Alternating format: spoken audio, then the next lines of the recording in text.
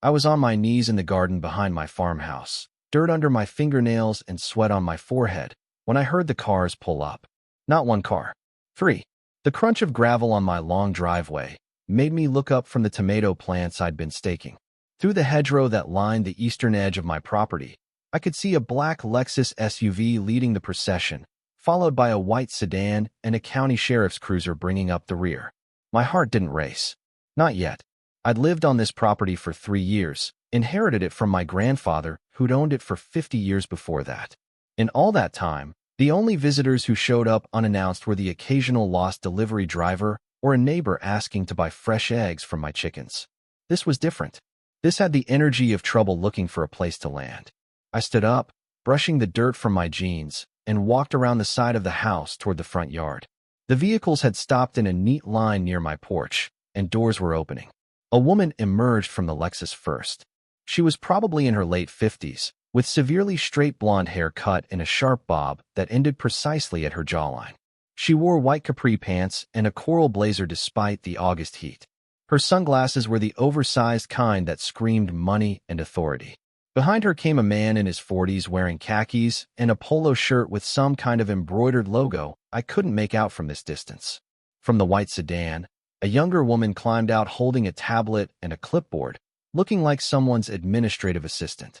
The deputy sheriff, a middle-aged guy with a weathered face, took his time getting out of his cruiser, and I noticed he didn't look particularly enthusiastic about being here.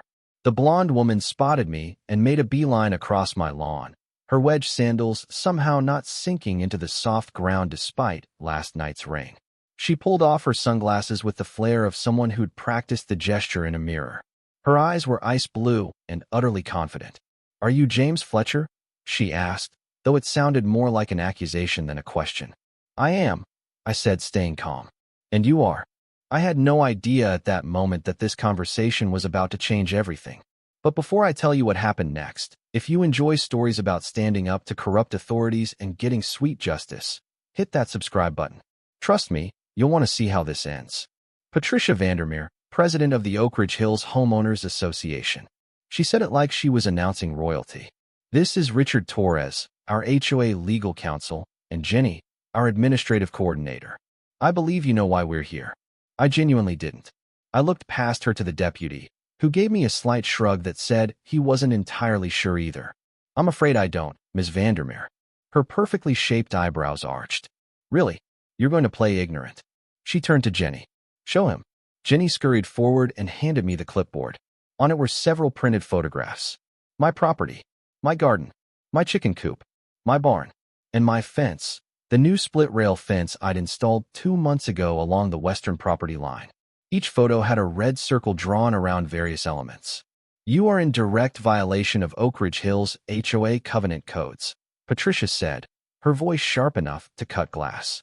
"Unauthorized fence installation without architectural review committee approval.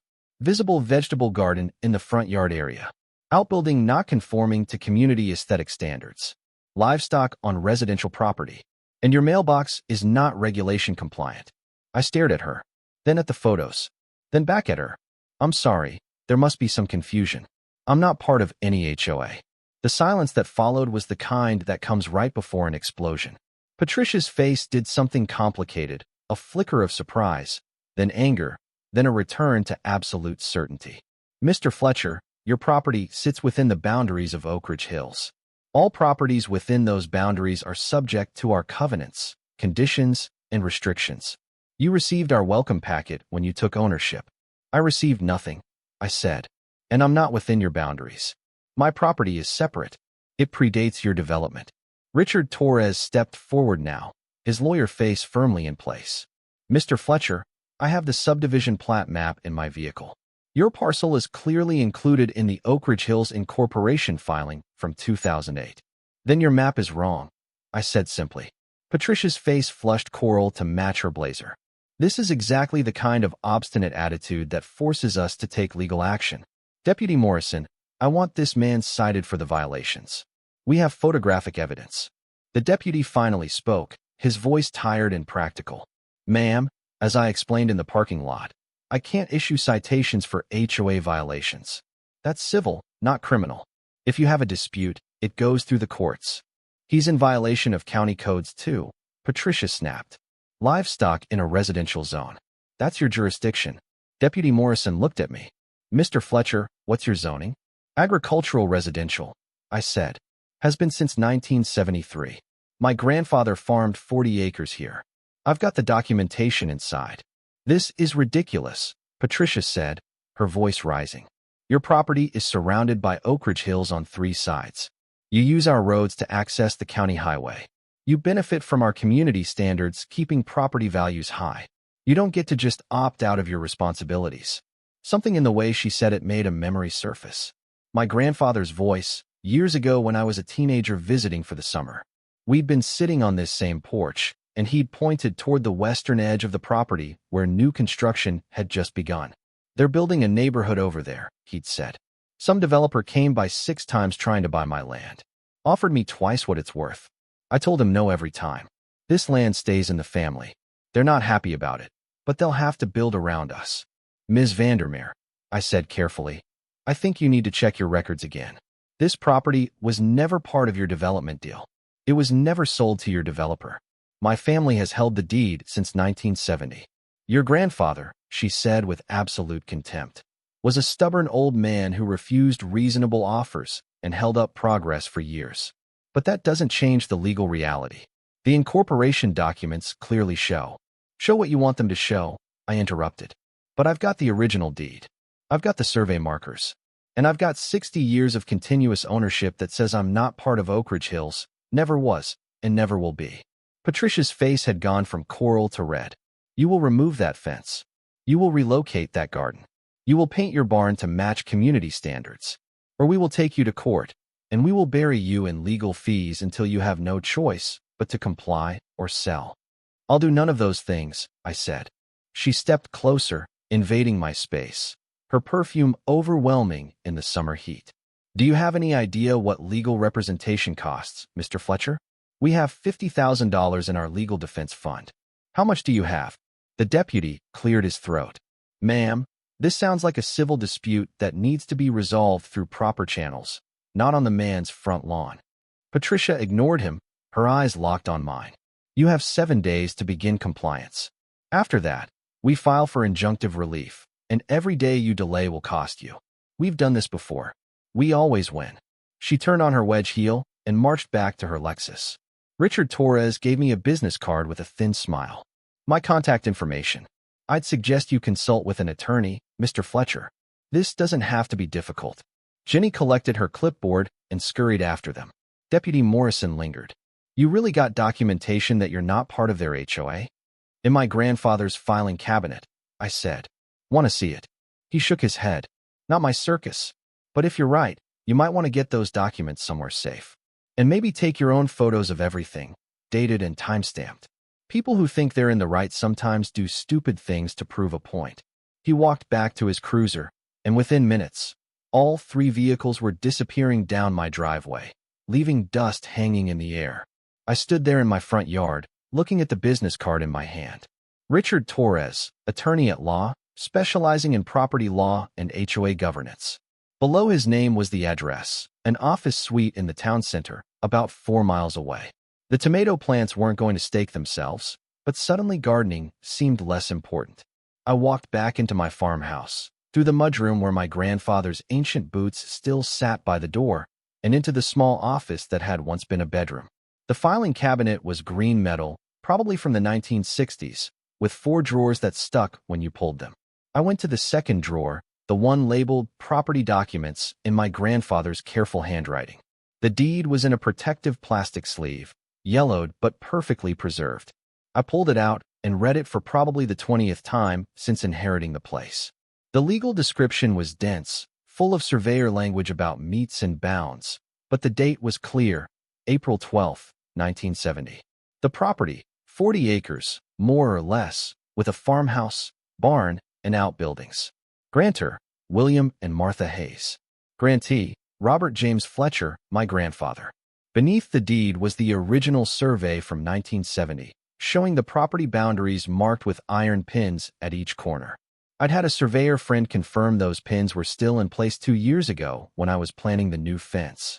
Beneath the survey were tax records going back decades, all showing the property as agricultural residential, all in my grandfather's name and then mine. And at the very bottom of the stack was something I'd forgotten about, a series of letters from 2007 and 2008. I pulled them out and read through them again, my pulse picking up as the pieces started to fit together. The first letter was from Summit Crest Development Corporation, dated March 2007, offering my grandfather $250,000 for his 40 acres. The second letter, dated 2 months later, increased the offer to $350,000.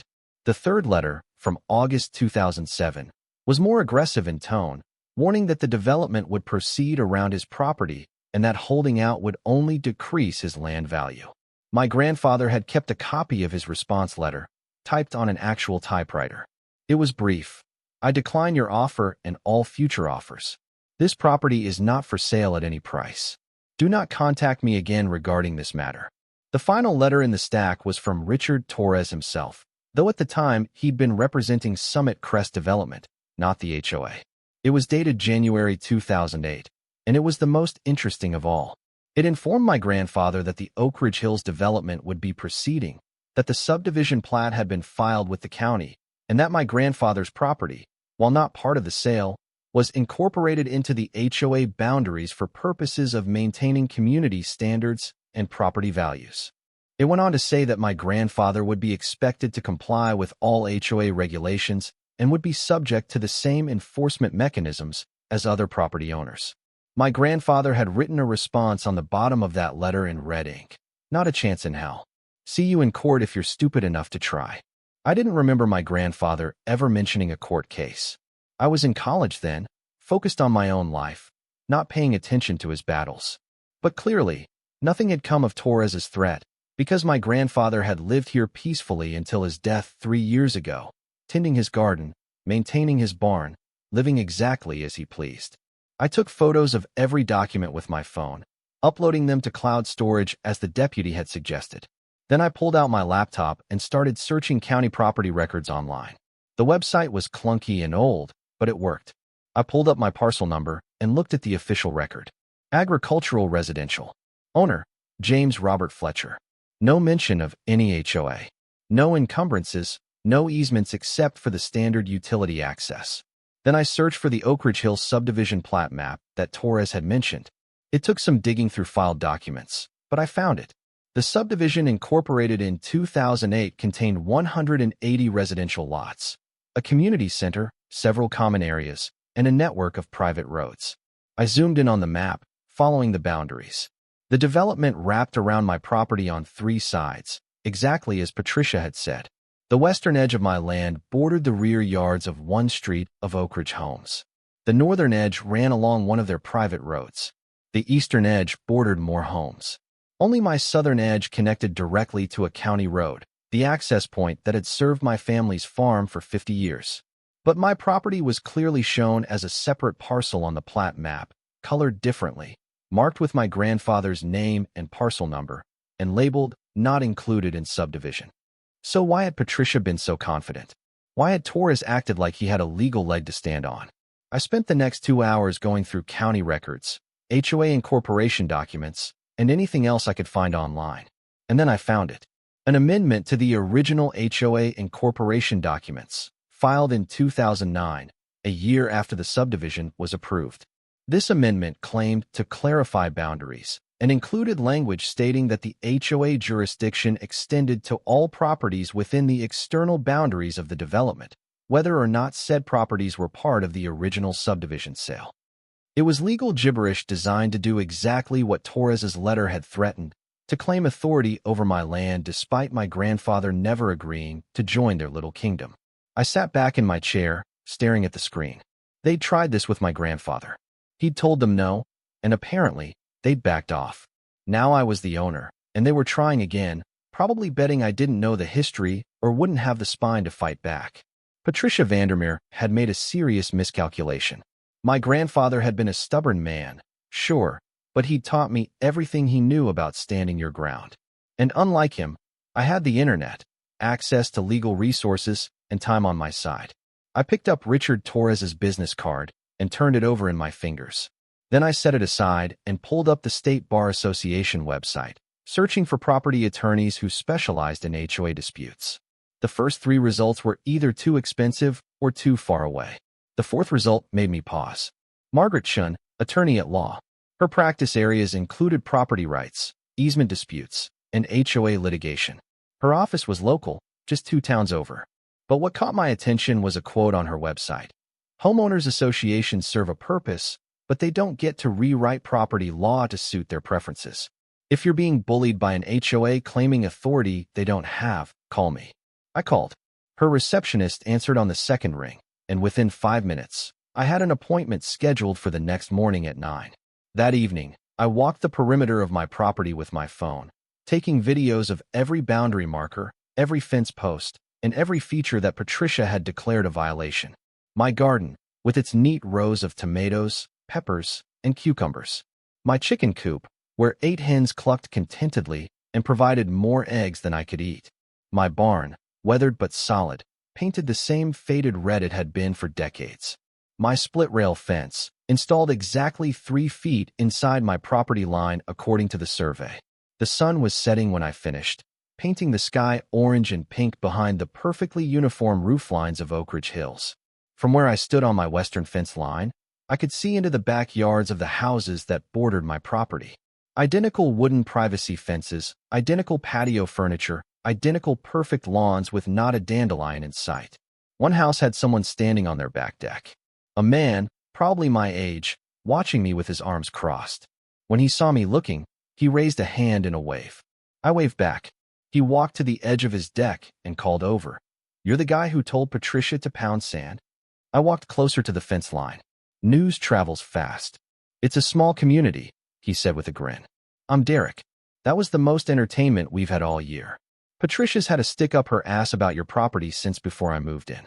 Something about it bringing down property values. My grandfather lived here 50 years, I said. Never seemed to bother anyone." Derek laughed. "Different HOA president back then.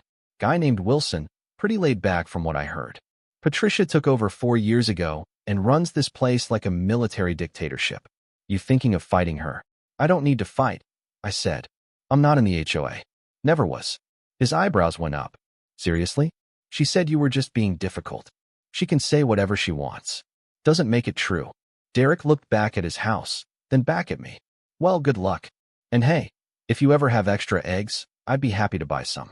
Patricia banned chickens 3 years ago, said they were unsanitary. I miss fresh eggs. Come by any time," I said. "First dozen's free." I walked back to my farmhouse as the last light faded, feeling the weight of what was coming. Patricia Vandermeer wasn't going to back down. She'd made her threat clear: comply or drown in legal fees. She had $50,000 in a legal fund and the backing of an entire subdivision of homeowners who paid dues every month. But she didn't have the law on her side, and she definitely didn't know what I was about to discover. Margaret Chin's office was in a converted Victorian house on a tree-lined street that somehow managed to feel both professional and welcoming. The sign outside was understated brass, and when I walked through the door at 8:55 the next morning, I was greeted by a reception area that smelled like coffee and had actual books on the shelves instead of just decorative spines. The receptionist, a woman in her 60s with reading glasses on a beaded chain, smiled warmly. "Mr. Fletcher? Margaret's expecting you. Can I get you coffee or water?" "Coffee would be great. Thanks." She disappeared through a doorway and returned moments later with a real ceramic mug, not a disposable cup. I was starting to like this place already. Margaret Chin appeared 3 minutes later, precisely at 9.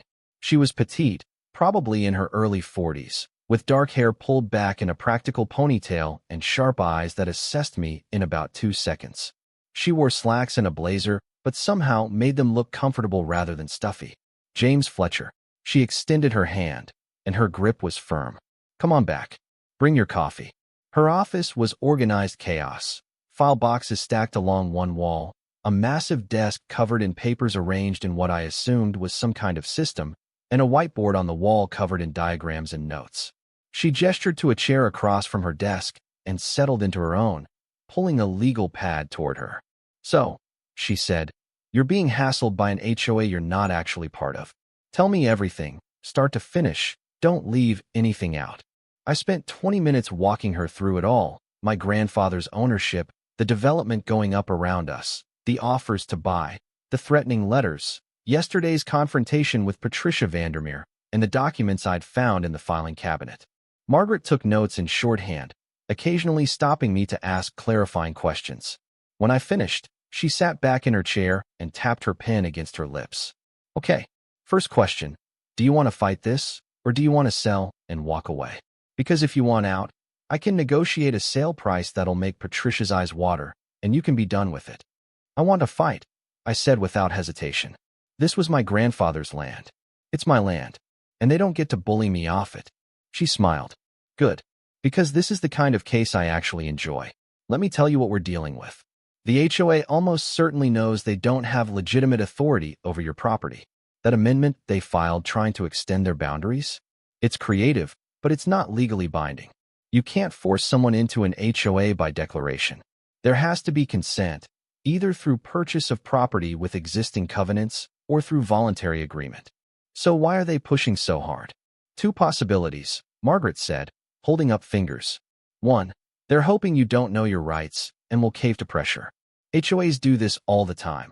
They count on homeowners being too intimidated or too poor to fight back. 2. There's something else going on.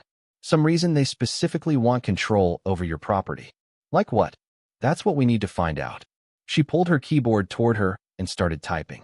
I'm going to dig into the county records, the HOA financials if they're publicly available, and the history of the development. Meanwhile, I need you to do something for me. Name it. Get a current survey done. Not just confirming the boundary markers, but a full boundary survey with a legal description. I want documentation so fresh and official that nobody can question it. Can you do that? I've got a friend who's a surveyor. I'll call him today. Perfect. Also, I want you to start documenting everything. Every interaction with the HOA, every letter, every phone call. Dates, times, witnesses. If they set foot on your property without permission, that's trespassing. Document it. If they threaten you, document it. We're building a case here, and evidence is everything. I nodded, pulling out my phone. I already started. I've got photos and videos of my property from last night, and I took pictures of all the documents from my grandfather's files.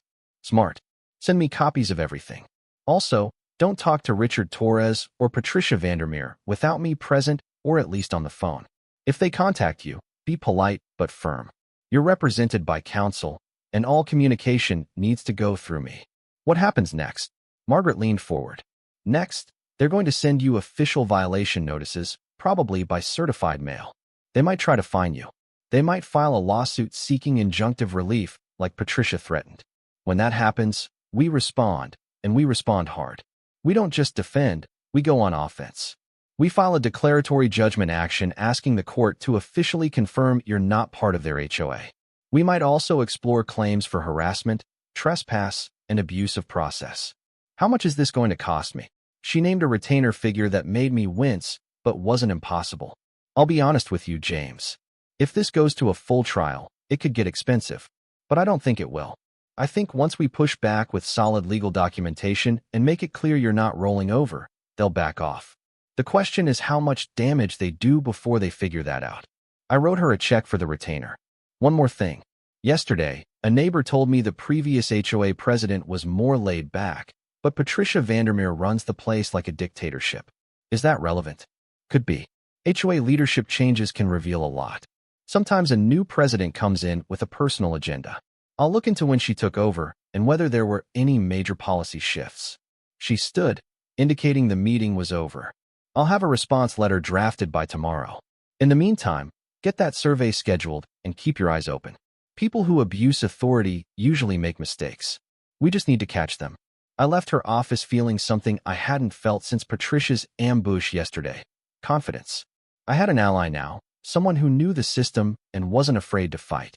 My surveyor friend, Mike Brennan, answered on the third ring. Fletcher, haven't heard from you since we confirmed those boundary pins. What's up? I explained the situation, and Mike let out a low whistle. Man, HOAs are the worst. Yeah, I can do a full boundary survey for you. Actually, I'm curious now. I remember your property. Those original survey markers from the 70s are solid. But let me do a comprehensive job, Check everything against the county GIS system and the current plat maps. When do you need it? Yesterday. He laughed. I can start Monday. It'll take me 2 days, maybe 3. I'll put together a full report with maps, legal descriptions, photographs, the works. If you're going to court, you want documentation that's bulletproof. Perfect. Send me the quote. For you? Consider it a favor. Just promise me if you win this thing, you'll throw a party and invite me. I want to see the look on that HOA president's face. I spent the rest of Friday afternoon doing exactly what Margaret had instructed, documenting everything. I created a detailed timeline of events, starting with my grandfather's purchase in 1970 and running through yesterday's confrontation. I scanned every document from the filing cabinet and organized them into digital folders. I uploaded everything to a secure cloud drive and sent Margaret access. Saturday morning, I was up early feeding the chickens when I noticed something odd. A car I didn't recognize was parked on the street at the edge of my property, just past where my driveway met the county road. It was a silver sedan, relatively new, with tinted windows. Someone was sitting in the driver's seat.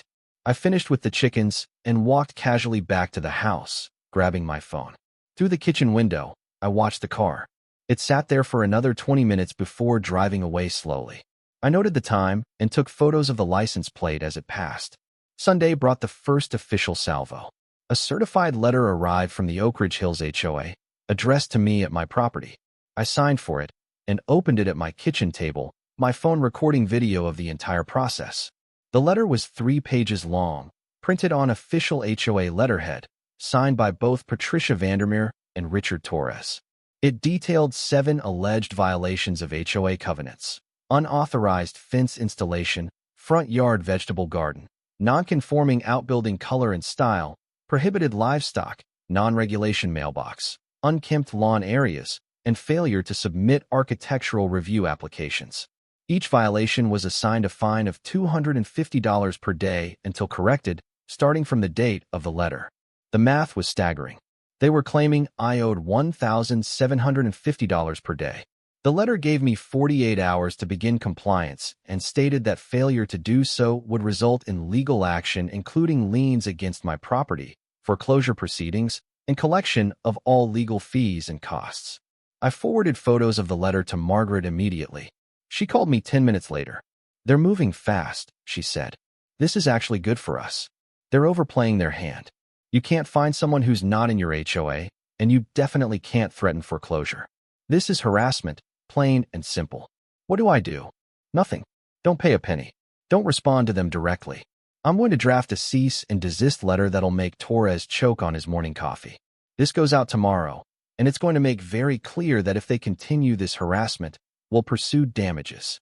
Monday morning, Mike showed up at 8 with his survey equipment and his assistant, a young guy named Carlos who looked fresh out of college. I walked them around the property, showing them where the original survey markers were located. Mike confirmed each one was still in place, exactly where they should be. "These are solid iron pins, probably weigh 5 pounds each," he said, kneeling next to one at the northwest corner of my property. "They've been here since your grandfather's original survey. Nobody moved these." They worked for 3 days, setting up equipment, taking measurements, referencing GPS coordinates, and documenting everything with photographs and video. Mike was thorough to the point of obsession, which was exactly what I needed. On Wednesday afternoon, he came to the house with a preliminary report. "You want the good news or the better news?" he asked, spreading maps across my kitchen table. "Start with good.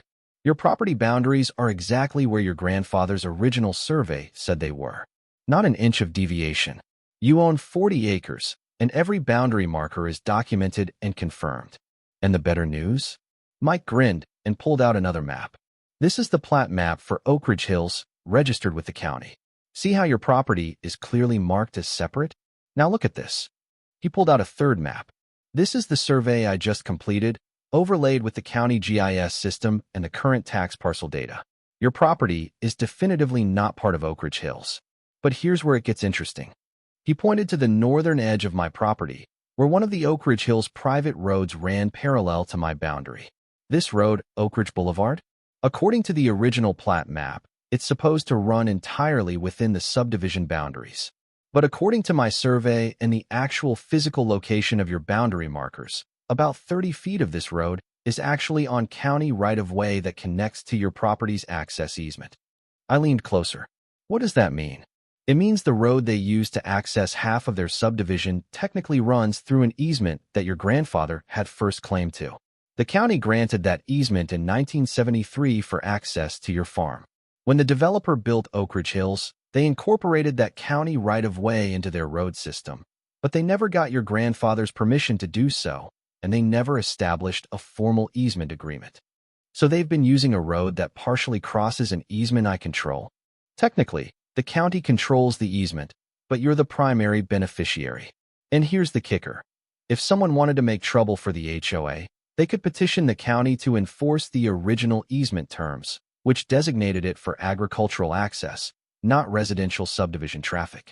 I sat back, processing this. Is there more? Oh yeah. Mike pulled out another document. I checked the property records for all the parcels in Oak Ridge Hills. The community center. You know, that fancy clubhouse with the pool and tennis courts? Guess what parcel it's built on? Tell me it's not mine. It's not yours. But it's interesting. The parcel is designated as common area, owned collectively by the HOA. But according to the original subdivision filing, that parcel was supposed to be conveyed to the HOA by the developer, Summit Crest, upon completion of construction. I checked the deed records. That conveyance never happened. Summit Crest still technically owns the land under the community center. Why would that matter? Maybe it doesn't. But Summit Crest went bankrupt in 2012. When a company goes bankrupt, its assets get liquidated or transferred. I couldn't find any record of what happened to that parcel. It's possible it fell through the cracks. It's possible someone bought it at auction. It's possible it's sitting in legal limbo. But if the HOA doesn't actually own the land under their clubhouse, that's a significant problem for them. My mind was racing. Can you find out who owns it now? I can try, but it might take some digging. Property that went through bankruptcy proceedings can be messy to trace. Could take a week or two. Do it, I said. Whatever it costs. Mike packed up his maps. I'll have the full survey report ready by Friday. Legal description, certified maps, the whole package. Your lawyer's going to love it. After Mike left, I sat at my kitchen table staring at the maps he'd left behind. The pieces were starting to come together, but I didn't have the full picture yet. Why was Patricia so aggressive about bringing my property under HOA control? Was it just her control freak personality, or was there something more? I pulled out my laptop and started researching. I found the Oak Ridge Hills HOA website, which was professionally designed and filled with photos of happy residents enjoying the community pool and perfectly manicured common areas. There was a section for board members with photos and brief bios. Patricia Vandermeer, president, had been on the board since 2019 and president since 2021. Before that, according to her bio, she'd been a real estate agent specializing in luxury properties. Richard Torres had his own page. Attorney for the HOA since 2008, which meant he'd been involved from the very beginning. His bio mentioned his previous work with Summit Crest Development Corporation. I dug deeper, searching for news articles about Oak Ridge Hills. There wasn't much, a few puff pieces from the local paper when the development first opened, some coverage of community events. But then I found something interesting. A brief article from 2022 about a contentious HOA meeting where residents had complained about rising fees and questioned the board's spending priorities. Patricia was quoted defending the board's decision to increase annual dues from $800 to $1,200 per household, citing necessary improvements to common areas and increased legal expenses. Legal expenses. I wondered how much of that $50,000 legal fund had been spent on legitimate HOA business versus personal vendettas. Thursday morning brought another visit. I was working in the barn, repairing a door hinge, when I heard footsteps. I turned to find Patricia Vandermeer standing in the barn doorway, alone this time, without her entourage. "Mr. Fletcher," she said, her voice artificially pleasant. "I hope you don't mind. Your driveway gate was open." "I mind," I said, setting down my screwdriver. "You're on my property without permission. That's trespassing." "I came to talk neighbor to neighbor," she said, stepping further into the barn. "All of this legal posturing is so unnecessary. I'm sure we can reach an accommodation." I pulled out my phone and started recording. "Ms. Vandermeer, I'm documenting this interaction. You need to leave my property now." She noticed the phone, and her pleasant mask slipped for just a moment. "Are you seriously recording me?" Absolutely. My attorney advised me to document all interactions with the HOA. Now please leave. She held up her hands in a gesture of false surrender. Fine. But before I go, let me make something clear. You think you're going to win this because you have some old papers and a stubborn streak. But you don't understand how this works. We have resources. We have connections. The county commissioners? 2 of them live in Oak Ridge Hills. The county attorney? His daughter lives here. The judge will hear your case if this goes to court. She's friends with 3 of our board members. Are you threatening me? I'm explaining reality. You're one person with one piece of property. We're a community of 180 families with collective interests and collective power. You can't win, but you can walk away with dignity and a fair price for your land. I'm authorized to offer you $400,000. That's generous for 40 acres that can't be developed. Not interested. Her expression hardened. Think about it. Think about what it's going to cost you to fight us. Think about what your life is going to be like living surrounded by people who don't want you here. Think about what happens to your property value when we make sure everyone knows you're the problem neighbor who refused to be part of the community. I have thought about it, I said. And my answer is no. This property isn't for sale. Not to you. Not to anyone. Now get off my land before I call the sheriff and have you removed for trespassing. She stared at me for a long moment, and I could see her calculating whether to push further. Finally, she turned and walked out. I followed at a distance, making sure she got in her Lexus and drove away. Then I immediately sent the video to Margaret. She called me back within the hour. That was incredibly stupid of her. She just handed us evidence of harassment and attempted coercion. And the stuff about having connections with county officials? If she tries to use those connections to influence your case, that's corruption. We can use this. She's not going to back down, I said. No, she's not. Which means we need to figure out why. James, people don't fight this hard over principle. They fight over money or power or something they're trying to hide. Your property is worth maybe $400,000 on the open market, probably less since it's landlocked by their development on 3 sides. Why offer you that much? Why push this hard? I don't know. But Mike found something interesting. I told her about the community center parcel and Summit Crest's bankruptcy. Margaret was quiet for a moment. That's worth exploring. If the HOA doesn't actually own the land they've built their clubhouse on, they've got a major problem. And if Patricia knows about it, that could explain a lot. Send me Mike's contact information. I want to talk to him about that parcel. Friday afternoon, Mike delivered the completed survey report. It was a bound document, 43 pages long, with maps, photographs, legal descriptions, and certifications. It was beautiful in its thoroughness.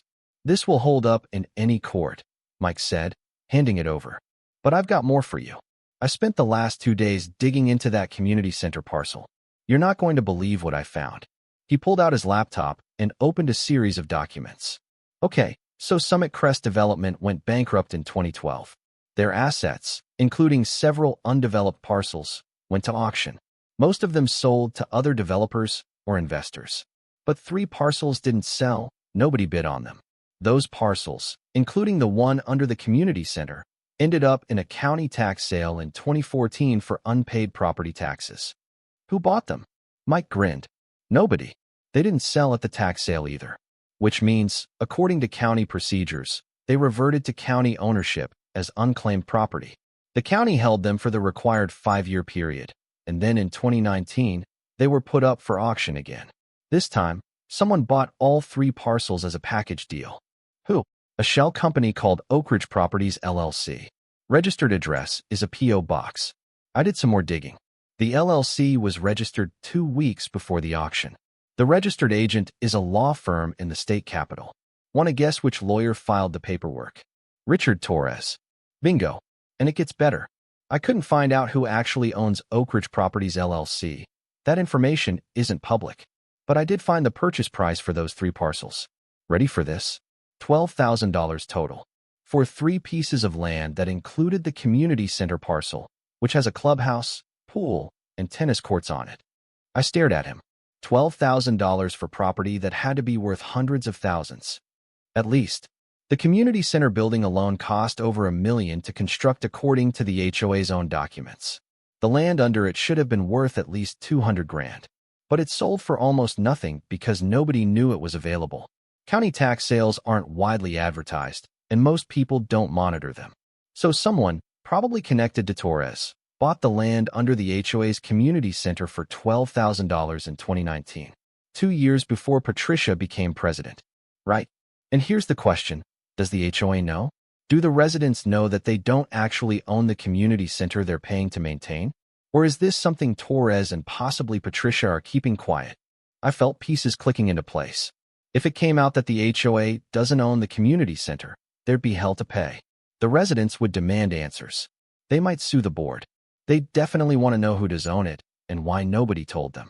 And if that person wanted to keep it quiet, Mike said, they might be very motivated to prevent any kind of legal scrutiny or investigation. Like, say, the kind of attention that comes from a property rights lawsuit brought by a neighbor who's not backing down. They're afraid, I said slowly. Patricia and Torres are afraid that if I fight this and it goes to court, someone's going to start looking closely at all the property records. And when they do, this is going to come out. Mike nodded. That would be my guess. And if you wanted leverage, well, you just found it. I called Margaret immediately. She listened to everything Mike had found, asking questions and making notes. When I finished, she was quiet for a long moment. This changes everything, she said finally. This isn't just about defending your property rights anymore. This is about exposing what might be fraud or at minimum serious mismanagement. James, if we pursue this, it's going to get ugly. Patricia and Torres are going to fight dirty because they're protecting something big. Are you ready for that? What are my options? Option 1. We use this information as leverage. We tell them we know about the community center parcel, and we offer to keep quiet in exchange for them dropping all claims against your property. You get to live in peace. They get to keep their secret. And option 2. We go nuclear. We file our declaratory judgment action. We expose the community center situation, and we let the chips fall. The HOA residents deserve to know what's going on. But it's going to be a war, and wars are expensive and exhausting. I thought about my grandfather, who'd stood on this land and told a developer to get lost. I thought about Derek, my neighbor, who'd said he missed having chickens but couldn't have them because Patricia had banned them. I thought about 180 families paying $1,200 a year in HOA dues to maintain a community center they thought they owned but apparently didn't. Option 2, I said. We go nuclear. Margaret let out a breath. Okay then, let's go to war. But first, we're going to need one more piece of information. We need to know who actually owns Oak Ridge Properties LLC. Because if it's Torres or Patricia or someone connected to them, this isn't just mismanagement, it's corruption. And that's when things get really interesting. Margaret Chin had a contact at the Secretary of State's office who owed her a favor. It took 3 days and what she described as some creative interpretation of public records laws. But on Tuesday morning, she called me with information that made everything snap into focus. Oak Ridge Properties LLC has 2 members, she said, and I could hear the satisfaction in her voice. 50% ownership belongs to Richard Torres. The other 50% belongs to Patricia Vandermeer.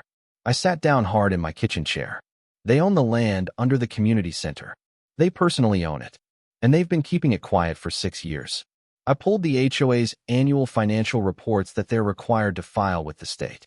Nowhere in any of those documents does it mention that the community center sits on land owned by board members. That's a massive conflict of interest and probably a breach of fiduciary duty. What about rent? Are they charging the HOA to use the land? That's the beautiful part.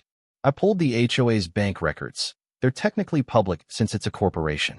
There's a monthly payment to something called Oak Ridge Management Services for $6,500. Been going on since late 2019. I'm willing to bet that's a shell company too, and the money is going straight to Torres and Vandermeer. I did the math in my head. $6,500 a month was $78,000 a year. Over 6 years, they'd collected almost $500,000 from the HOA for use of land they'd bought for $12,000. That's why they increased the dues, I said. Patricia said it was for improvements and legal expenses, but really it was to cover payments to themselves. Exactly. And here's the thing. This might actually be legal if it was properly disclosed and approved by the HOA membership. But it wasn't. They've been hiding it. Which means when this comes out, every homeowner in Oak Ridge Hills is going to lose their mind. So what's our move? Margaret's voice took on an edge I hadn't heard before. We make them an offer they can't refuse. But first, I need you to do something that might sound crazy. I'm listening. How much cash do you have access to? Savings, investments, credit, anything liquid? I thought about it. My grandfather had left me some money along with the property. I'd been working as a software consultant for the past 5 years, building up savings. Maybe 300,000 if I liquidated everything. Why? Because there's something else Mike found that I haven't told you about yet. Those 3 parcels that Torres and Vandermeer bought at the tax sale? One was the community center land. One was a small parcel on the eastern edge of the development, probably not useful to us. But the third one? That's the interesting one. She paused for effect. It's the access road. The private road that connects Oak Ridge Hills to the county highway. Oak Ridge Boulevard, the main entrance that 50% of the subdivision uses to get in and out. Torres and Vandermeer own it through their LLC. My brain started firing on all cylinders. They own the road. They own the road. Which means technically, they could control access. They could charge tolls. They could close it. Of course, they haven't done any of that because it would expose their ownership and raise questions. But James, here's the opportunity. They don't own that road exclusively.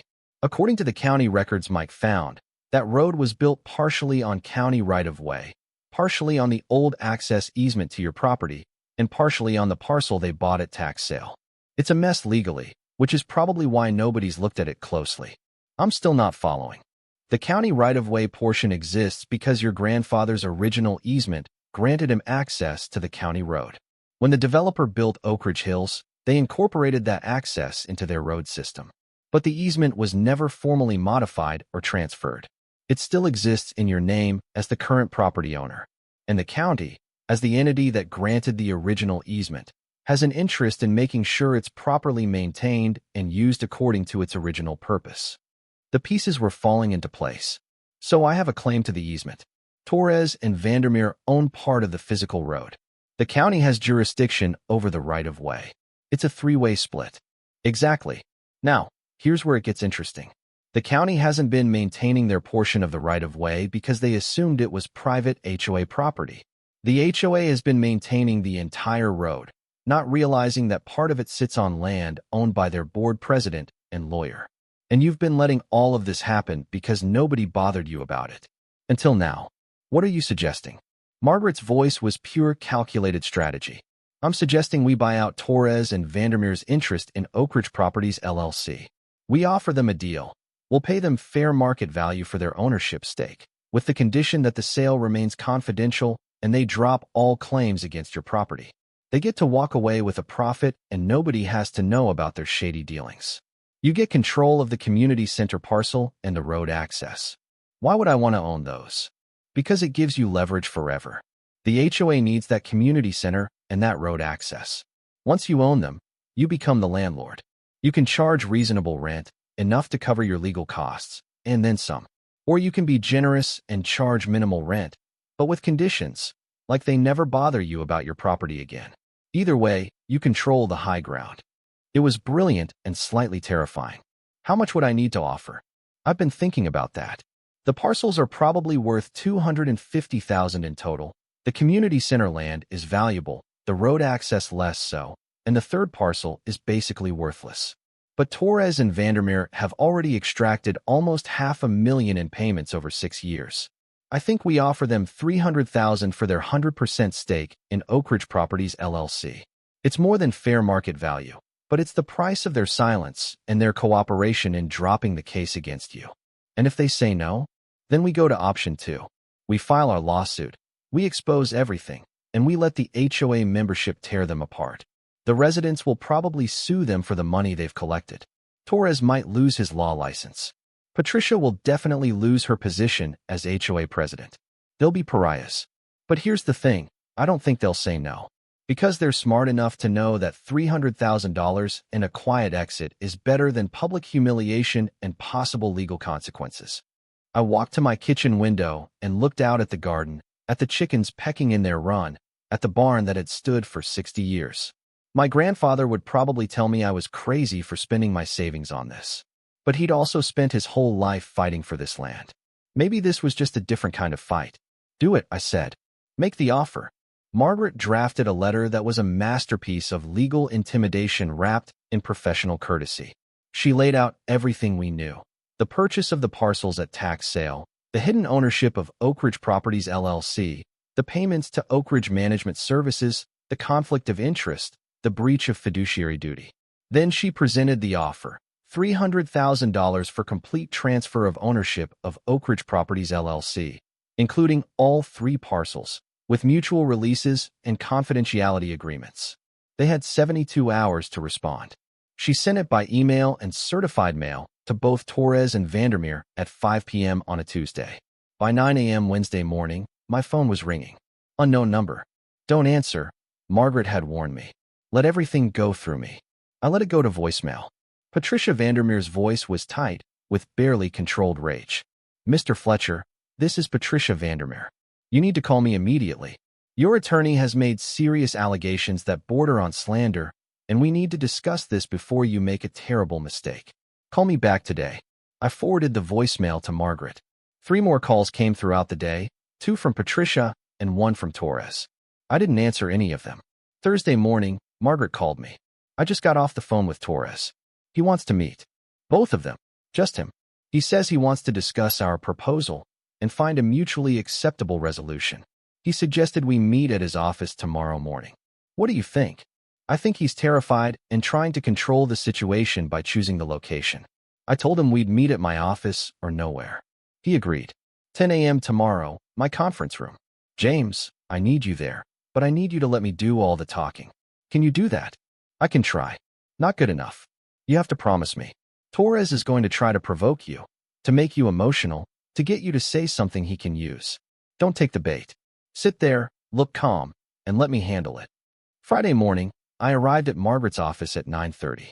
She was already in the conference room, papers organized in neat stacks, a digital recorder set up on the table. Ready? She asked. Ready. Richard Torres arrived precisely at 10, alone. He looked tired, with circles under his eyes and a tie that wasn't quite straight. He set his briefcase on the table and looked at me with something between frustration and grudging respect. Mr. Fletcher. Ms. Chun. He sat down without being invited. Let's dispense with the pleasantries. You've made an offer that suggests you know things about property ownership that are, frankly, none of your business. Public records are everyone's business, Margaret said calmly. Shall we get started? I assume you're here to accept our offer. I'm here to negotiate. Torres pulled out a folder. Your allegations about conflicts of interest are overblown. The Oak Ridge Properties ownership is perfectly legal. All payments have been properly documented and approved through appropriate channels. Really? Margaret slid a document across the table. Because I've reviewed every HOA board meeting minute from the past 6 years. There's no mention of Oak Ridge Properties, no vote authorizing payments to Oak Ridge Management Services, and no disclosure that the president and legal counsel personally own the land under the community center. That's not properly documented. That's concealed. Torres's jaw tightened. The board has discretionary authority to contract for services, not when the board members are the ones profiting from those contracts. That's self-dealing, and you know it. Margaret leaned forward. Here's what's going to happen, Mr. Torres. Either you accept our offer, or on Monday morning, I'm filing a lawsuit that names both you and Patricia Vandermeer. That lawsuit will include a motion to compel discovery of all HOA financial records, all records related to Oak Ridge Properties, and all communications between you and Vandermeer regarding my client's property.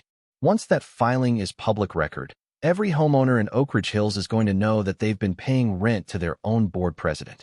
What do you think happens then? You'd be destroying people's confidence in their community. You already did that when you hid your ownership stake. I'm just proposing to make it public knowledge. Torres looked at me. Is this really what you want? To blow up an entire neighborhood over a property line dispute? I remembered Margaret's warning and kept my mouth shut, but I held his gaze steadily. He turned back to Margaret. The offer is too low. The parcels are worth more than $300,000. Then take it to the market and see what you can get when every potential buyer knows the history. $300,000 is generous, Mr. Torres, and you know it. It's more than you paid, more than you deserve, and it's contingent on you and Ms. Vandermeer dropping all claims against my client's property. Forever. Torres sat back in his chair. Patricia's not going to like this. I don't particularly care what Patricia likes. I care about resolving this matter cleanly and quickly. You have until 5 p.m. today to accept or reject the offer. After that, we file. I need time to discuss it with Patricia. You have 7 hours. I suggest you use them wisely. Torres gathered his briefcase and stood. At the door, he paused. For what it's worth, Fletcher, your grandfather was a stubborn bastard too. I tried to tell Patricia that going after you would backfire. She wouldn't listen. After he left, Margaret exhaled slowly. That went better than I expected. He's going to take the deal. How do you know? Because he's smart enough to do the math. They've already pulled out almost $500,000 over 6 years. 300,000 more, and they walk away clean with no legal exposure. Patricia might want to fight, but Torres is a lawyer. He knows when he's beaten. At 4:45 p.m., Margaret's email pinged. She opened it, read for a moment, and smiled. They're accepting. Torres is drawing up the paperwork. Sale of 100% ownership of Oak Ridge Properties LLC for $300,000. Transfer to occur within 10 business days, with simultaneous execution of mutual release agreements. All claims against your property to be withdrawn immediately. I felt something loosen in my chest that I hadn't realized was tight. It's over. Not quite. We still need to close the deal, make sure the paperwork is clean, and verify the title transfer. But yeah, essentially it's over. You won. Except it wasn't quite over, and it wasn't quite a win. Not yet. The paperwork took a week to finalize. Torres was thorough and professional, making sure every document was properly executed and filed. The sale of Oak Ridge Properties LLC went through without a hitch. I wired $300,000 from my savings account, and in return, I received complete ownership of 3 parcels of land. The community center parcel, the access road parcel, and a small useless piece on the edge of the development. Margaret helped me set up my own LLC to hold the properties, with proper legal structure and documentation. On paper, I now own the ground beneath the Oak Ridge Hills Community Center and a significant portion of their main access road. The mutual release agreements were signed. Patricia Vandermeer and Richard Torres officially withdrew all claims against my property, acknowledged that I was not and had never been part of the Oak Ridge Hills HOA, and agreed to never again assert authority over my land. In exchange, I agreed not to pursue any legal action related to their previous ownership of the parcels and to maintain confidentiality about the terms of our agreement. But there was one more thing I needed to do. 2 weeks after the sale closed, I called a meeting with the Oak Ridge Hills HOA Board of Directors. I sent a formal request through proper channels, stating that I owned property used by the HOA and needed to discuss lease terms and future arrangements. I didn't mention that I was the guy Patricia had been trying to force out of a non-existent HOA membership. The meeting was scheduled for a Thursday evening in the community center.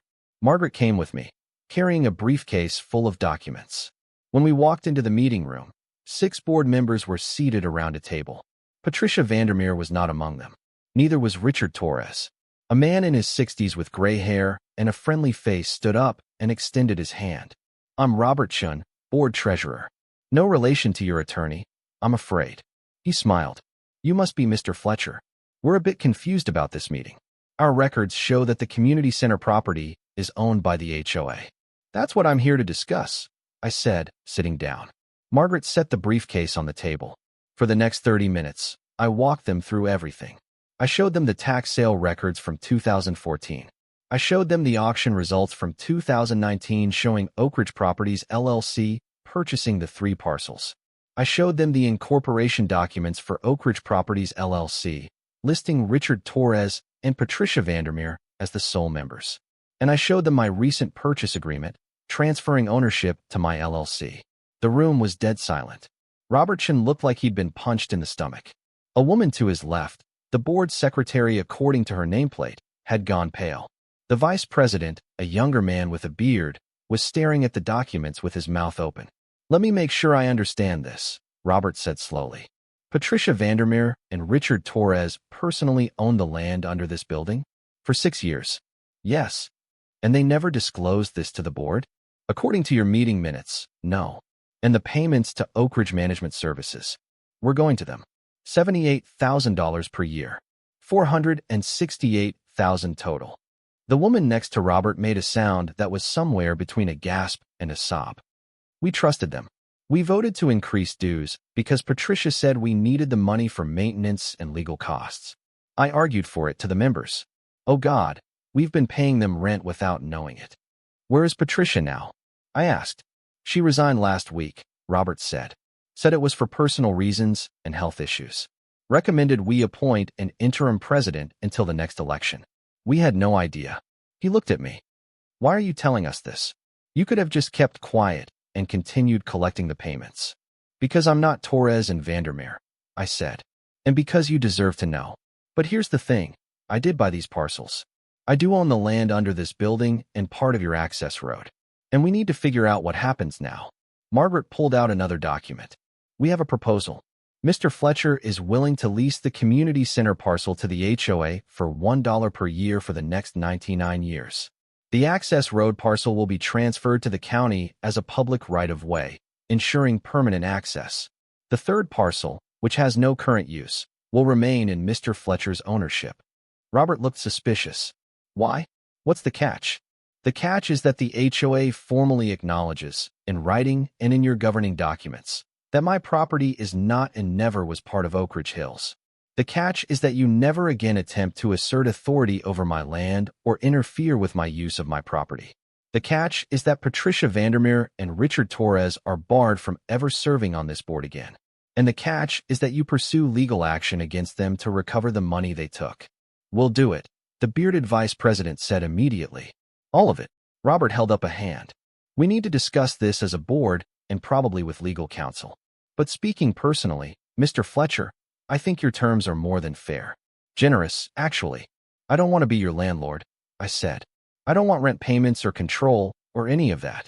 I just want to live on my land in peace, grow my vegetables, keep my chickens, and not have someone telling me my mailbox isn't regulation compliant. This arrangement ensures that. The board's secretary spoke up. What about the money Patricia and Torres took? Can we actually get it back? Margaret nodded. You'll need to hire your own attorney, but yes, you have a strong case for breach of fiduciary duty and self-dealing. They'll likely settle rather than face a public trial.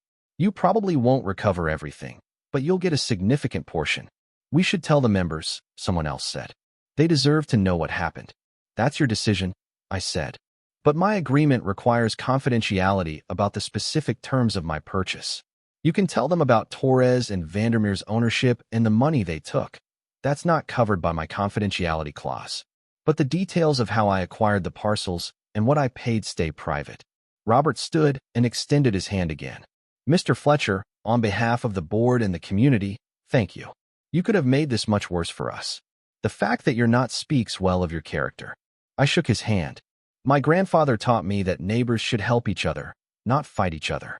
Patricia and Torres forgot that. I'd rather not make the same mistake. Margaret and I left them to their discussions and walked out to the parking lot. The sun was setting, painting the sky orange and pink over the perfectly uniform houses of Oak Ridge Hills. From here, I could see my farmhouse in the distance, the old red barn standing out against the cookie-cutter development that surrounded it. That was well done, Margaret said. Generous, but smart. You've ensured they'll never bother you again. What do you think happens to Patricia and Torres? Torres will probably survive professionally. He'll lose the HOA as a client, and he might face a bar complaint, but he's careful enough that he'll likely land on his feet. Patricia's done, though. Once word spreads about what she did, she'll be persona non grata in this community. She'll probably move. We reached our cars. Margaret paused with her hand on the door handle. You know, when you first came to my office, I thought this was just a standard HOA overreach case. I had no idea it would turn into this. Neither did I. I just wanted to grow tomatoes in peace. She laughed. Well, mission accomplished. Though you're now a landlord whether you wanted to be or not. A landlord charging $1 a year. I don't think that's going to break me. I drove home as the last light faded, pulling into my long driveway and parking next to the farmhouse. The chickens were already roosting for the night. The garden was thriving. The barn stood solid and red against the darkening sky. My phone buzzed with a text from Derek, my neighbor. Heard there was a board meeting tonight. Something big going down. I texted back. New management. Things should be better from here on out. Inside, I made myself dinner and sat on the porch as I'd done 1,000 times before. The lights were coming on in Oak Ridge Hills, windows glowing yellow in the dusk. Somewhere in there, 6 board members were probably having urgent discussions about next steps. Somewhere else, Patricia Vandermeer was probably packing. But here on my porch, On land my grandfather had fought to keep and I'd fought to defend, everything was quiet. Everything was mine. And nobody was going to tell me I couldn't have chickens. The Oak Ridge Hills community was about to explode, and I had a front row seat to watch it happen. 3 days after my meeting with the board, Robert Chin called me personally. His voice was tight with controlled anger. "Mr. Fletcher, I wanted to give you a heads up. We're calling an emergency special meeting of the HOA membership. We're going to tell them everything about Patricia and Torres. It's happening Saturday afternoon at the community center. You're welcome to attend, though I understand if you'd rather keep your distance." "I'll be there," I said. "I want to see this. Fair warning, it's going to get ugly. We've got 200 angry homeowners about to find out they've been lied to for 6 years. And some of them are going to want someone to blame. You think they'll blame me? Some might. You're the outsider who exposed the whole thing. But most of them will blame the right people. And Mr. Fletcher, thank you again for the lease terms. When we tell the members what you're doing for us, it's going to matter." Saturday morning, I could feel the tension radiating from Oak Ridge Hills like heat from asphalt. Cars were arriving early, filling the community center parking lot by 1:30 for a 2 p.m. meeting. I waited until 1:55, then walked over with Margaret, who'd insisted on coming for what she called the show of the decade. The community center meeting room was packed. Every chair was filled, with people standing along the walls and crowding in the doorway. I recognized some faces from around the neighborhood. Derek was there, giving me a nod when he spotted me. Others looked at me with curiosity or suspicion, probably wondering who the stranger was. The board sat at a table in the front. Robert Chun had a microphone and a stack of papers. Next to him were 2 people I didn't recognize, a middle-aged woman with sharp eyes and a younger man in a suit. Robert tapped the microphone, and the crowd noise died down. "Thank you all for coming on short notice. I know there's been a lot of speculation about why we called this emergency meeting. Before we begin, I want to introduce our guests. This is Linda Hartman from the State HOA Regulatory Board, and this is David Park, an attorney we've retained to advise us on some serious matters that have come to light. Also present is James Fletcher, who owns the property adjacent to our community. His presence will become clear as we proceed." Murmurs rippled through the crowd. Someone near the front called out, "Is this about Patricia? We heard she resigned." "Yes, this is about Patricia Vandermeer and Richard Torres. What I'm about to tell you is going to be shocking and upsetting. I'm going to ask you to please hold your questions until I've finished presenting all the facts, because each piece builds on the last." For the next 20 minutes, Robert methodically laid out everything. The bankruptcy of Summit Crest Development. The tax sale of parcels that should have belonged to the HOA. The purchase by Oak Ridge Properties, LLC. The ownership of that LLC by Patricia and Torres. The 6 years of payments to Oak Ridge Management Services. The total amount extracted, $468,000. The room went from murmurs to gasps to absolute dead silence. I watched faces in the crowd go from confusion to shock to rage. A woman in the 3rd row was crying. A man near the wall had his fists clenched so hard his knuckles were white. "They stole from us," someone shouted. "They stole $500,000. Robert held up his hand. "Please, let me finish. After we discovered this situation, we had to determine what to do about it. The parcels in question are critical to our community. The community center sits on one of them. Our main access road uses another. We were facing the possibility of having to negotiate with Patricia and Torres for continued use of our own facilities. Sue them," another voice yelled. "Take everything they have. We will be pursuing legal action, yes." But there was an immediate problem we had to solve.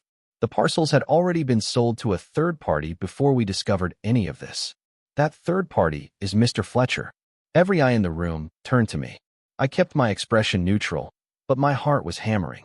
Some of you may remember that Patricia was aggressively pursuing Mr. Fletcher, claiming his property was subject to our HOA covenants despite his having documentation proving otherwise. We now understand why. She was attempting to force him to sell so that she and Torres could expand their control over adjacent land. When Mr. Fletcher refused and hired an attorney to defend his rights, that attorney discovered the ownership situation with our community center and access road. Robert paused, letting that sink in. Mr. Fletcher could have used that information to extract significant profit from this community. He could have charged us market rate rent for use of the community center. He could have charged tolls for access on the road. He could have made us pay for Patricia and Torres's corruption. Instead, he's offered us a 99-year lease on the community center parcel for $1 per year, and he's transferring the access road parcel to the county to ensure it remains public right-of-way forever. The silence that followed was different now. Confusion mixed with relief, mixed with something else I couldn't quite identify. Derek stood up. Why would you do that? You had us over a barrel. I glanced at Margaret, who nodded. I stood up, and Robert handed me the microphone. My grandfather owned my property for 50 years before your development was built. He was approached 6 times by the developer who built Oak Ridge Hills, offering to buy his land. He refused every time because the land meant something to him. It was his home. When he died, he left it to me, and it became my home. When Patricia Vandermeer showed up with police backup demanding I comply with HOA rules that didn't apply to me, threatening to bury me in legal fees, offering to buy my property so she could flip it for profit, I understood what my grandfather faced. Someone trying to take something that wasn't theirs to take. I looked around the room. I don't want to be your landlord. I don't want your money. I just want to live on my land in peace.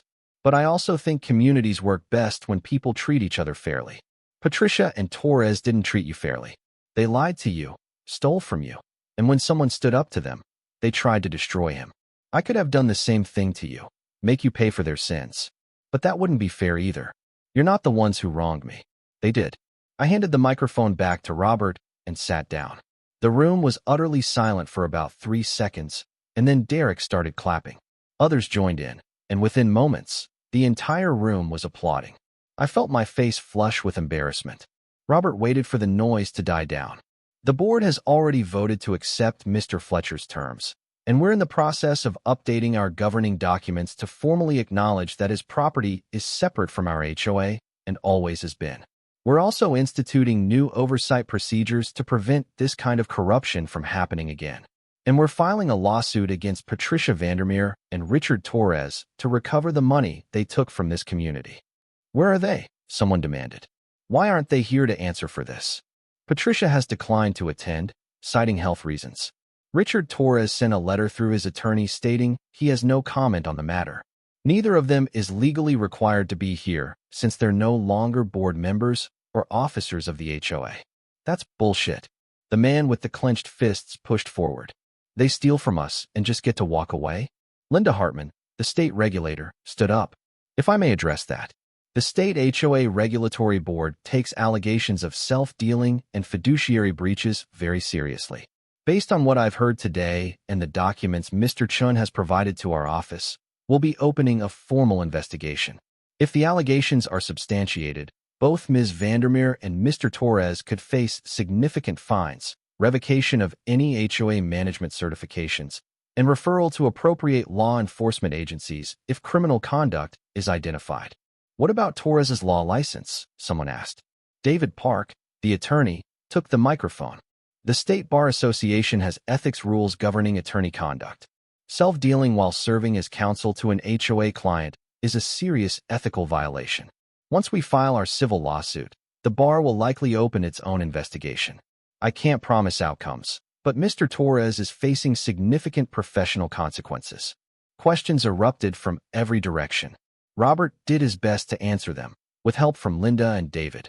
The meeting stretched from 2 p.m. to nearly 5 p.m., covering everything from how the fraud went undetected to what safeguards would be implemented to how the lawsuit against Patricia and Torres would be funded. Finally, someone asked the question I'd been expecting. What about the money we already paid them? Can we get it back? David answered. We're pursuing full recovery plus interest and legal fees. Patricia and Torres will likely argue that the payments were legitimate management fees for legitimate services. We'll argue they were fraudulent because the underlying ownership was concealed. The reality is we'll probably settle for somewhere between 50 and 70% recovery. It won't be everything, but it'll be substantial. As the meeting finally wound down, people started approaching me. Some wanted to shake my hand and thank me. Others wanted to apologize for Patricia's behavior. A few wanted to buy eggs from my chickens, which made me laugh. Derek came over with a broad grin. Man, I wish you could have seen Patricia's face last week when the board called her in for a private meeting. She came out of here looking like she'd seen a ghost, threw her keys at Robert, and peeled out of the parking lot like something was chasing her. You think she knew this was coming? She had to know eventually. Torres probably told her you'd figured it out. My guess is she was hoping to quietly resign and disappear before it all came out. Too bad for her you decided to tell the board everything. Margaret appeared at my elbow. We should go. You've done your good deed for the decade. Let them process this without an audience. As we walked back toward my property, I could hear animated conversations continuing behind us. The Oak Ridge Hills community had just been turned upside down, and it would take time for them to rebuild trust in their leadership. You know, Margaret said, you could have made a fortune off this. If you'd kept the parcels and charged market rates, you'd have recouped your investment in 3 years and had a steady income stream forever. I don't need a fortune. I need neighbors who aren't trying to force me out. This seemed like the better investment. She laughed. You're either the smartest person I've ever met or the most naive. I haven't decided which. Monday morning brought the first news coverage. The local paper ran a story. Local HOA leaders accused of fraud face lawsuit from residents. It was mostly accurate, though they'd gotten some details wrong about the timeline. The reporter had tried to reach Patricia and Torres for comment, but received no response from either. By Wednesday, the story had been picked up by a regional news site and then by a consumer protection blog that specialized in HOA horror stories. My name wasn't mentioned much, which I appreciated, but Patricia and Torres were getting roasted in the comments sections. Thursday afternoon, I got an unexpected visitor. I was working in the garden when a Mercedes pulled into my driveway. A woman in her 70s got out, moving slowly with the help of a cane. She was elegantly dressed despite the heat, with white hair styled perfectly and jewelry that looked expensive. Mr. Fletcher, she called. May I have a moment of your time? I walked over, brushing dirt from my hands. Can I help you? I'm Dorothy Vandermeer, Patricia's mother. She said it with a mixture of pride and exhaustion. I know you have no reason to speak with me, but I wanted to come in person to say something. I gestured to the porch chairs. Would you like to sit down? Thank you. She settled into a chair with a sigh. I won't take much of your time. I came to apologize for my daughter's behavior. What she did to you and to the community was inexcusable. Mrs. Vandermeer, you don't need to apologize for her. But I do. Patricia is my daughter, and I love her, but she's always been driven by the wrong things. Money, status, control. When she became HOA president, I thought maybe she'd found a place where her organizational skills could do some good. I didn't realize she'd found a place where she could exploit people. Dorothy looked out at my garden. Your grandfather was a kind man. Did you know that? You knew him? Not well, but we met a few times. Years ago, before all this development was built, I used to drive past here on my way to visit a friend. One day, my car broke down right in front of your property. Your grandfather came out, helped me call a tow truck, and invited me to sit on his porch and wait. We talked for 2 hours. He told me about his farm, about his family, about why he'd turned down the developer's offers. He said some things are worth more than money, and land you love is one of them. I felt a lump in my throat. That sounds like him. When Patricia told me she was going after the property owner who was holding up community standards, I didn't realize it was your grandfather's land. If I had known, I would have told her to leave it alone. For whatever that's worth. Dorothy reached into her purse and pulled out an envelope. This is a check for $25,000. It's not enough to cover what you spent fighting Patricia, but it's what I can afford. I know you don't owe me anything, but I'm asking you not to cash it. Instead, I'd like you to donate it to a local charity of your choice, in your grandfather's name. It's the least I can do to try to balance the scales. I took the envelope, surprised by its weight. Mrs. Vandermeer, that's generous, but not necessary. Please, I need to feel like something good came from this disaster. Patricia won't face criminal charges. David Park called me to explain that the bar for criminal fraud is quite high, and what she did was apparently more civil than criminal. She'll lose the lawsuit, pay back some money, and probably leave town. But she'll survive.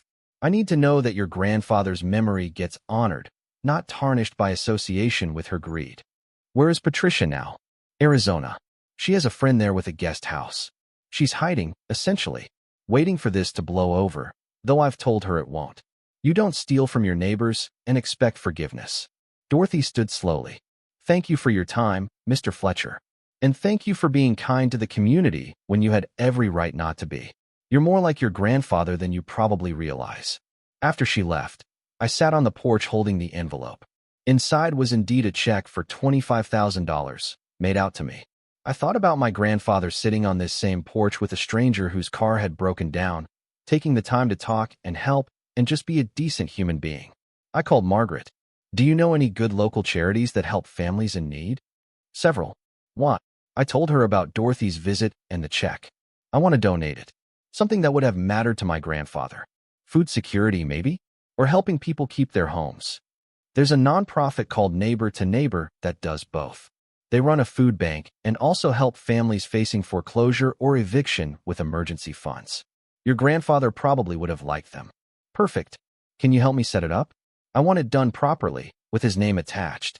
The donation was made a week later, $25,000 to Neighbor, in memory of Robert James Fletcher.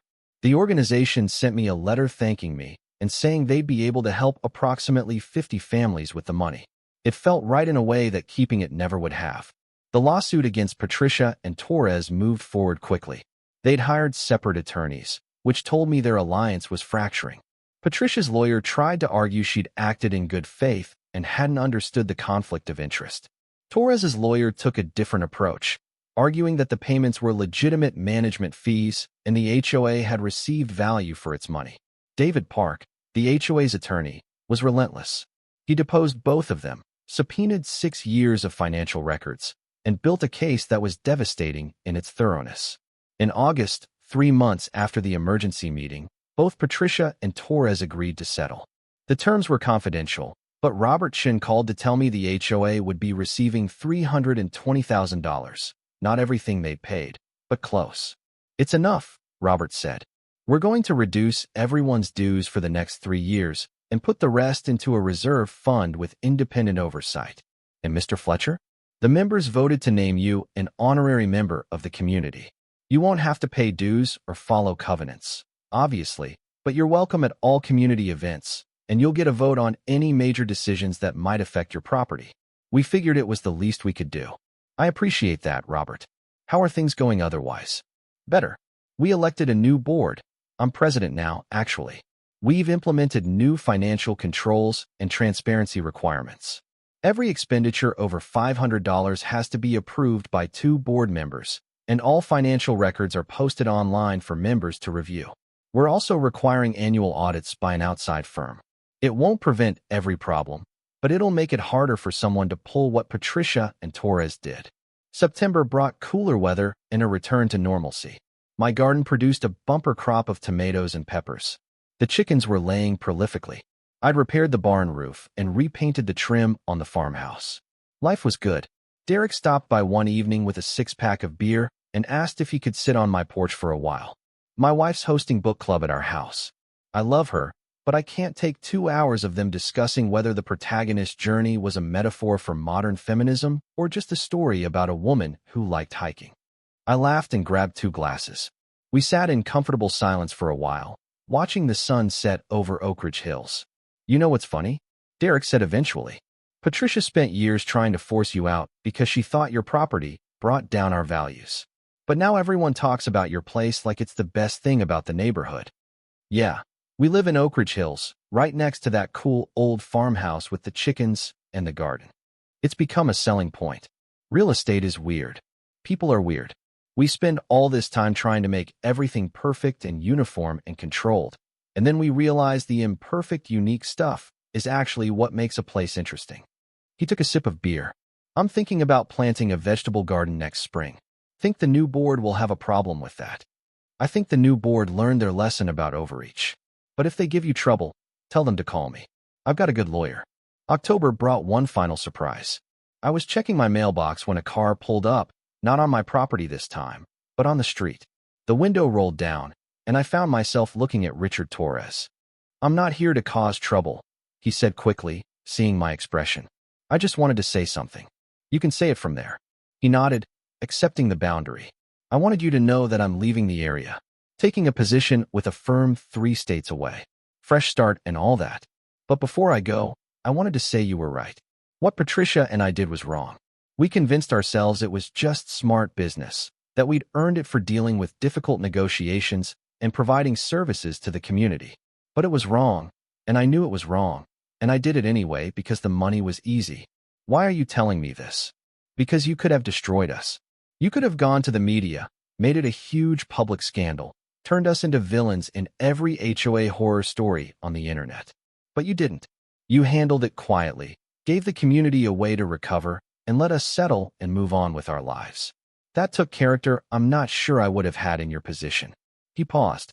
Your grandfather turned down offers worth hundreds of thousands of dollars because he valued his land more than money. You spent hundreds of thousands of dollars to protect that same land and help people you didn't even know. I spent my career thinking people like you were suckers. I'm starting to realize people like me are the real fools. He rolled up his window and drove away. I stood there holding my mail, watching his car disappear around the corner. That evening, I sat on my porch as I did most evenings, looking out at the land my grandfather had loved and fought for and passed down to me. The barn was dark red against the twilight sky. The chickens were settled in their coop. The garden was mostly finished for the season, with just some late-season herbs still growing. Lights were coming on across Oak Ridge Hills. I could see families in their backyards, kids playing in the last light of day, someone grilling on a back deck. It looked peaceful. It looked like a community that had been through something hard and come out stronger. My phone buzzed with a text from Margaret. Just heard Torres is leaving the state. Guess that means we won't be seeing him around anymore. You should feel good about that. I texted back. I feel good about a lot of things. Thanks for everything you did. That's what good lawyers are for. And James, your grandfather would be proud of how you handled this. Not just the legal stuff, but the way you treated people. That matters more than winning. I set my phone down and picked up the glass of iced tea I'd brought out with me. The ice had melted, but it was still cold enough to be refreshing. Tomorrow I'd start planning what to plant in the spring garden. Maybe expand the chicken coop. Derek wasn't the only neighbor who'd asked about buying eggs. Maybe repair the fence along the eastern property line. But tonight, I just sat and enjoyed the quiet. The land was mine. The threats were gone. The community that had tried to swallow me up had instead become something like actual neighbors. And somewhere in Arizona, Patricia Vandermeer was learning that you can't bully your way through life forever. Eventually, someone stands up. Eventually, the paper trail catches up with you. Eventually, you run out of other people's land to stand on. I thought about my grandfather's words, the ones Dorothy had told me he'd said. Some things are worth more than money, and land you love is one of them. He'd been right about that. But he'd been right about something else too. Something he'd told me when I was young and impatient with the slow pace of farm life. Good things take time, James. You can't rush a seed into growing. You can't force respect. You plant, you water, you wait, and you trust that if you do things right, the harvest will come. The harvest had come. Not the one I'd expected when I inherited this property. Not the one I'd imagined when Patricia first showed up with her threats and her demands. But a harvest nonetheless. Justice served. Community healed. Lessons learned. And 40 acres of land that would stay in the family, growing tomatoes and housing chickens, and standing as proof that sometimes the stubborn ones win. I raised my glass to the empty chair next to me, the one my grandfather used to sit in on evenings just like this. We did it, Grandpa. The land stays. And so do I.